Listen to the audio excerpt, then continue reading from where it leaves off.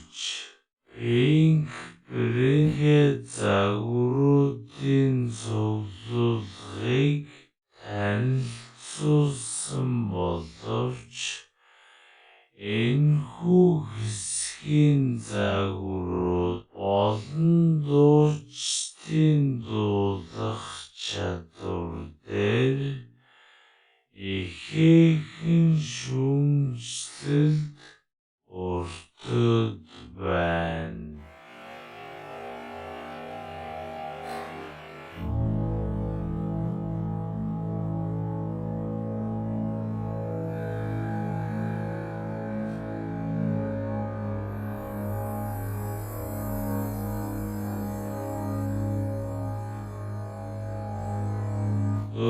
Дөрөвдүгээр хэсэг бол маш секси гал халуун улаан өнгөөр дүрслэгдсэн учраас энэ шоуг жинхэнэ Victoria's Secret эхэллээ гэж үзэж байгаа юм.